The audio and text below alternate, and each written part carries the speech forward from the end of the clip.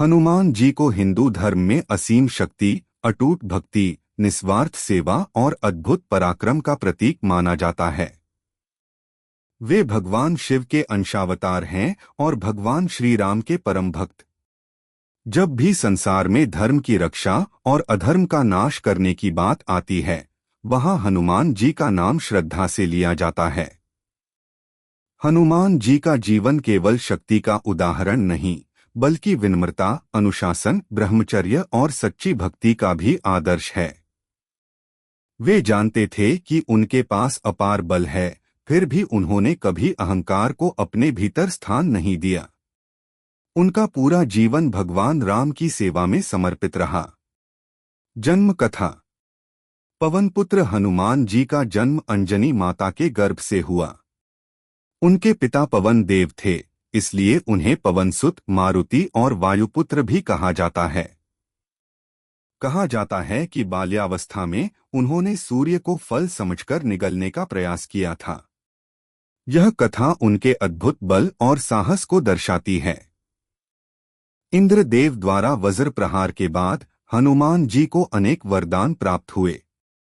अमरता, इच्छानुसार रूप धारण करने की शक्ति, अपराजेय बल, विद्या और बुद्धि। हनुमान जी और श्री राम भक्ति। हनुमान जी का जीवन भगवान श्री राम के बिना अधूरा है।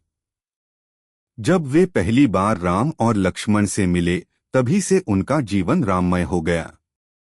हनुमान जी ने अपने हर श्वास में राम नाम को बसाया। लंका दहन, माता सीता की खोज, संजीवनी बूटी लाना, ये सभी कार्य भक्ति और कर्तव्य के अद्भुत उदाहरण हैं। उन्होंने कभी अपने कार्यों का श्रेय नहीं लिया, बल्कि हमेशा कहा, यह सब प्रभु राम की कृपा से संभव हुआ। लंका दहन और पराक्रम। जब रावण ने हनुमान जी का अपमान किया और उनकी पूंछ में आग लगवाई, तब हनुमान जी ने उसी आग से पूरी लंका को जला दिया।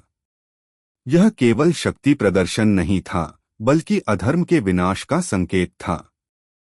फिर भी उन्होंने माता सीता के निवास स्थान अशोक वाटिका को सुरक्षित रखा। यह दर्शाता है कि शक्ति के साथ विवेक कितना आवश्यक है।